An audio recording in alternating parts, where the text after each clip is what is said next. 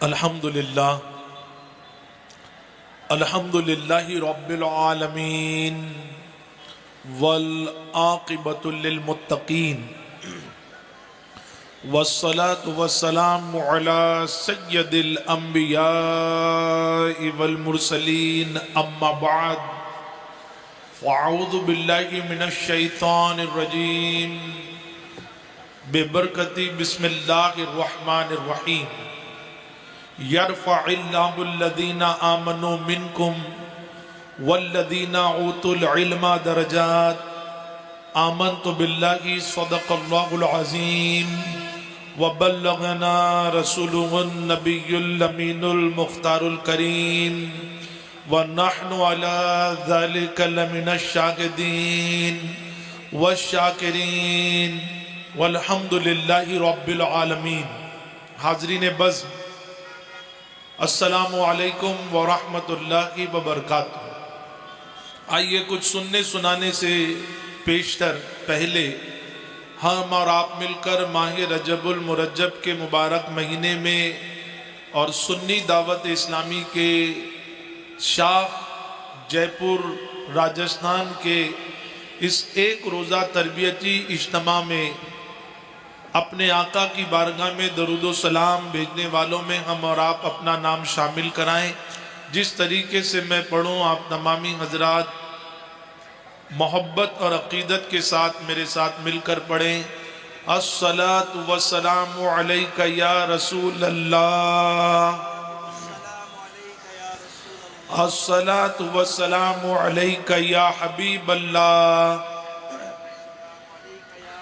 الصلاۃ والسلام علیک یا نبی اللہ وعلی آلک واصحابک یا نور اللہ صلی اللہ تعالی علیہ وسلم۔ میرے پیارے آقا صلی اللہ تعالی علیہ وسلم کے پیارے دیوانوں، معاشرے کو تو بڑے افسوس کے ساتھ کہنا پڑتا ہے کہ آگے بڑھنے کی، بلندی پر جانے کی تمنا تو ہر کوئی کرتا ہے، پیسہ کمانے کی تمنا تو ہر کوئی کر رہا ہے، لیکن یہ رتبے ملیں گے کیسے؟ بلندی پر آدمی پہنچے گا کیسے؟ اب اسی کو اگر آپ اور ہم قرآن پاک کی آیتوں کے ذریعے سمجھنے کی کوشش کریں تو دیکھیے 28ویں پارے میں جب ہم شروع کی آیتوں میں پڑھتے ہیں تو 11 نمبر کی آیت کا آخری حصہ ہے۔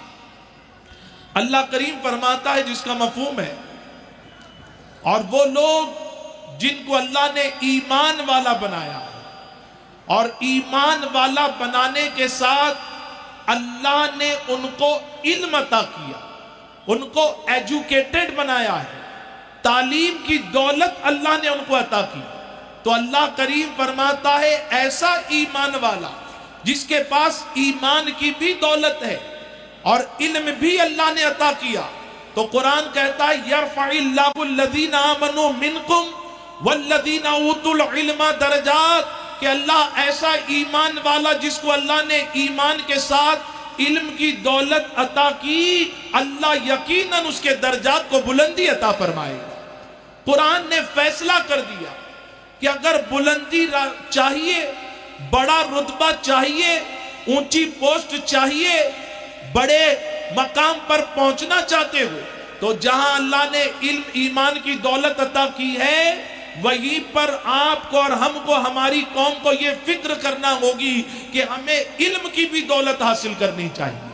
اور آج آپ اور ہم دیکھ رہے ہیں کہ تعلیم کے میدان میں، ایجوکیشن کی فیلڈ میں مسلمان کہاں نظر آتا ہے؟ آپ ذرا اندازہ لگائیں، جس مذہب میں علم سیکھنے کی اہمیت یہ ہے، اگر ہم اسلام کو دیکھیں اور پڑھیں کہ مذہب اسلام میں، ہمارے دین میں، اسلام میں علم کی اہمیت کیا ہے، ویلیو اور امپورٹنس آف ایجوکیشن ان اسلام کیا ہے، تو عقل دنگ رہتی ہے۔ شاید دنیا کے کسی مذہب میں یہ جملہ مل جائے کہ تم پر علم حاصل کرنا، نالج حاصل کرنا، ایجوکیٹڈ بننا فرض ہے، لیکن جب ہم اپنے نبی کے فرمان کو دیکھتے ہیں تو اللہ کے رسول صلی اللہ علیہ وسلم نے فرمایا طلب العلم فریضۃ علی کل مسلم و مسلمہ، او کما قال کہ علم کا طلب کرنا، حاصل کرنا ہر مسلمان پر فرض ہے، چاہے وہ مرد ہو یا عورت ہو، فرض ہے۔ کیا آج امت مسلمہ اس فرض کو ادا کر رہی ہے؟ نماز میں دیکھیں مسجدیں بھری پڑی ہوئی، جمعہ میں بھر جاتی ہیں، بہت اچھی بات ہے، اللہ کرے جس طرح جمعہ میں ہماری مسجدیں بھرتی ہیں، فجر کی نماز میں اس سے زیادہ تعداد میں ہماری مسجدیں بھرنے لگ جائیں۔ حج کرنے والوں کی بھی کمی نہیں، تلاوت کرنے والوں کی بھی کمی نہیں، ذکر کرنے والوں کی بھی کمی نہیں، لیکن کمی کہاں ہے؟ تو ہمیں افسوس ہوتا ہے کہ جس مذہب کے مقدس نبی نے یہ کہا ہو، چاہے وہ مرد ہو یا عورت ہو، اس پر علم کا حاصل کرنا فرض ہے۔ اور جانتے ہیں علم حاصل کرنا کب سے فرض ہے؟ دیکھیے ہر مسلمان جانتا ہے روزہ فرض ہے، حج بھی فرض ہے، زکوٰۃ بھی نکالنی ہے، لیکن ذرا نماز کب سے فرض ہے دیکھیے، اور علم کب سے فرض ہے۔ میں آپ کے سامنے یہ عرض کرنا چاہتا ہوں، میری قوم کے چھوٹے چھوٹے دنیا کے بچے پب جی کھیلنے میں، کرکٹ کھیلنے میں، کیرم کھیلنے میں، لیڈو کھیلنے میں مشغول ہیں، لیکن اللہ نے ان بچوں کو پسند کر لیا کہ یہ بچے کھیل کود چھوڑ کر ایسی محفل میں آئے ہوئے ہیں جہاں پر ان کی فکر کو تبدیل کیا جا رہا ہے کہ تم کو تعلیم کے میدان میں اللہ نے جب ایمان والا بنایا ہے تو سب سے ٹاپ لسٹ میں فرنٹ میں آ کر کھڑا ہونا ہے۔ جانتے ہو مسلمانوں، آج نماز پڑھنے والے ملتے ہیں، ان سے پوچھو نماز کب سے فرض ہے، تو لوگ ہم سے کہتے ہیں کہ ہم نے فقہ کا مسئلہ مفتیان اکرام سے، فقہ اکرام سے اور مبلغین سے مسائل کے بیان میں سنا ہے کہ نماز عاقل بالغ مسلمان پر فرض ہے، عقل والا ہو، پاگل نہیں ہو، دیوانہ نہیں ہو، پاگل ہے دیوانہ ہے نماز فرض نہیں ہے، اور بالغ بھی ہو اس پر نماز فرض ہے۔ دن میں 5 مرتبہ کی نماز عاقل بالغ مسلمان پر فرض ہے، بچوں پر فرض نہیں، لیکن ماں باپ دیکھ رہے ہیں کہ ماحول کتنا بگڑا ہوا ہے، اسی لیے ابھی سے وہ اپنی اولاد کو، نسلوں کو نمازوں سے، سجدوں سے قریب کر رہے ہیں۔ بچوں پر نماز فرض نہیں، عاقل بالغ پر نماز فرض ہے۔ روزہ کس پر فرض ہے؟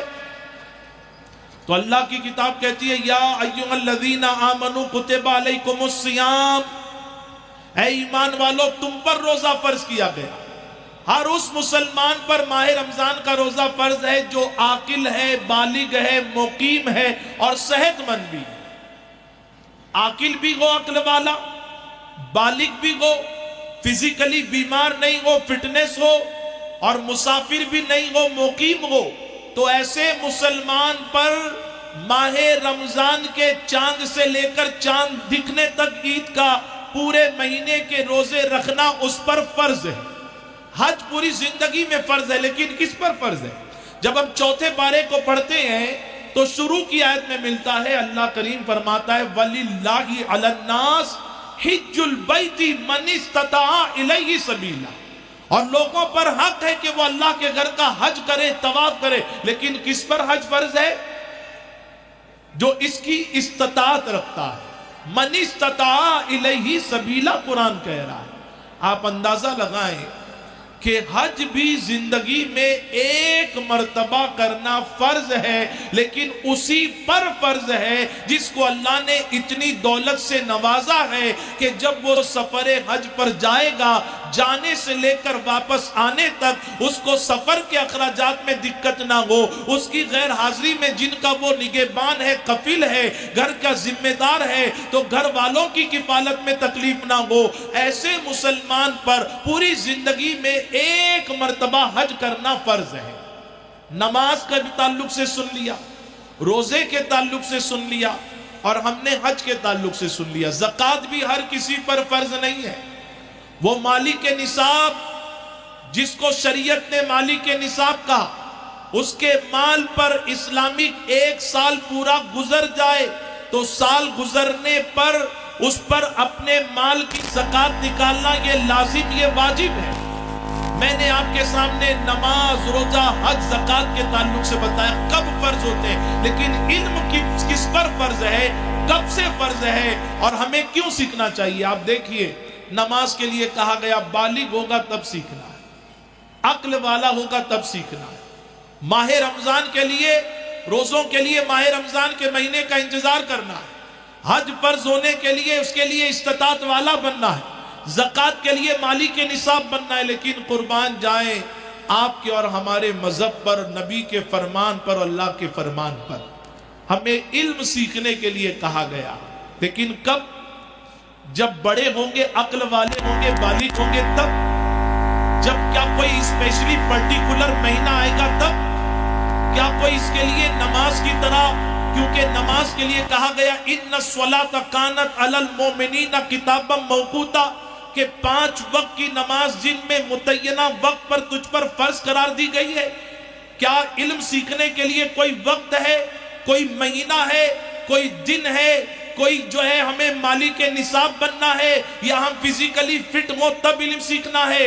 اے مسلمانوں، جس مذہب میں علم کی اتنی اہمیت ہو کہ مہینہ طے نہیں کیا گیا، وقت طے نہیں کیا گیا، عمر کی بھی قید نہیں لگائی گئی، سال گزرنے کا بھی انتظار نہیں کیا گیا، بلکہ ہمارے نبی نے فرمایا کہ علم سیکھنا کب سے فرض ہے، کب سے فرض ہے؟ اللہ کے حبیب فرماتے ہیں اطلب العلم من المہدی الی اللحد، کہ علم حاصل کرو ماں کی گود سے لے کر قبر کی گود تک۔ جس کو سیکھنے کا حکم امی کی گود سے دیا گیا ہے۔ اور دیکھیے بہت سارے لوگوں کو ان فرامین پر اعتراض ہوتا ہے، اگر نہیں بات سمجھ میں آ رہی ہے تو میری آپ سے مؤدبانہ گزارش ہے کنفیوژن نہ ہو۔ قرآن نے کنفیوژن کے سولیوشن کے لیے ہمیں رستہ بھی بتایا ہے، اور یہ ہمارے امید ٹیم کا سیشن بھی کنفیوژن کے سولیوشن کے لیے ہی رکھا جاتا ہے نا، تاکہ ہمارے بچے ایگزام کی تیاری کریں، how to prepare for examination, how to score good marks in examination, what is your next step after S S C H S C, یہ کنفیوژن کو دور کرنے کے لیے۔ تو ہم جب علم کے تعلق سے ہمارے پیارے آقا کا یہ فرمان سنتے ہیں کہ علم حاصل کرو ماں کی گود سے لے کر قبر کی گود تک، تو کچھ ایسے بھی حضرات ہیں جو یہ کہتے ہیں کہ ہم نے تو سنا ہے کہ نالج گین کرنے کے لیے بچے کی پہلی درسگاہ دینی اعتبار سے عالم صاحب کا، حافظ صاحب کا مکتب یا مدرسہ ہے، اور دنیاوی اعتبار سے بال واڑی، جس کو ہم کہتے ہیں کے جی، جس کا فل فارم ہے کنڈر گارٹن، یہ ہے نا۔ تو لوگ کنفیوژن میں کہ بچہ امی کی گود سے کیسے علم حاصل کر سکتا ہے، کنفیوژن میں۔ اور کچھ ہمارے ایسے بھائی ہیں جو ان چیزوں کا مذاق اڑاتے ہیں، بتاؤ ماں کی گود سے، ہم کہتے ہیں یہ فرمان ہے کس کا؟ دنیا کے کسی پی ایچ ڈی کرنے والے کا نہیں، کسی ڈاکٹر کا نہیں، کسی انجینئر کا نہیں، یہ فرمان اس پیارے مقدس نبی کا ہے کہ جن کی زبان کی شان خود اللہ نے یوں بیان فرمائی وَمَا يَنْتِقُ عَنِ الْهَوَىٰ إِنْ هُوَ إِلَّا وَحْيٌ يُوحَىٰ، اور سن لو میرے محبوب جو کچھ کہتے ہیں فرمان خود زبان نبی کی ہوتی ہے، اور زبان پر فرمان ان کے خدا کا ہوا کرتا ہے۔ یہ ہمارے نبی کی شان ہے۔ اعلیٰ حضرت اسی لیے کہتے ہیں وہ دہن جس کی ہر بات وحی خدا، چشم علم و حکمت پہ لاکھوں سلام، اور وہ زبان جس کو سب کن کی کنجی کہے اس کی نافذ حکومت پہ لاکھوں سلام۔ ساری دنیا غلط ہو سکتی ہے، سورج راستہ پلٹ سکتا، بدل سکتا ہے، سورج نکلنا کبھی ہم سے جو ہے ہماری نظروں کے سامنے بادل آ جائے، ہمیں لگا کہ سورج نہیں نکلا ہے، پتھر پر بنی ہوئی لکیر مٹ سکتی ہے، گوگل کا میپ غلط ہو سکتا ہے، لیکن ہمارا ایمان ہے نبی کا فرمان حق تھا، غلط نہیں بلکہ ہمیشہ حق ہی رہنے والا ہے۔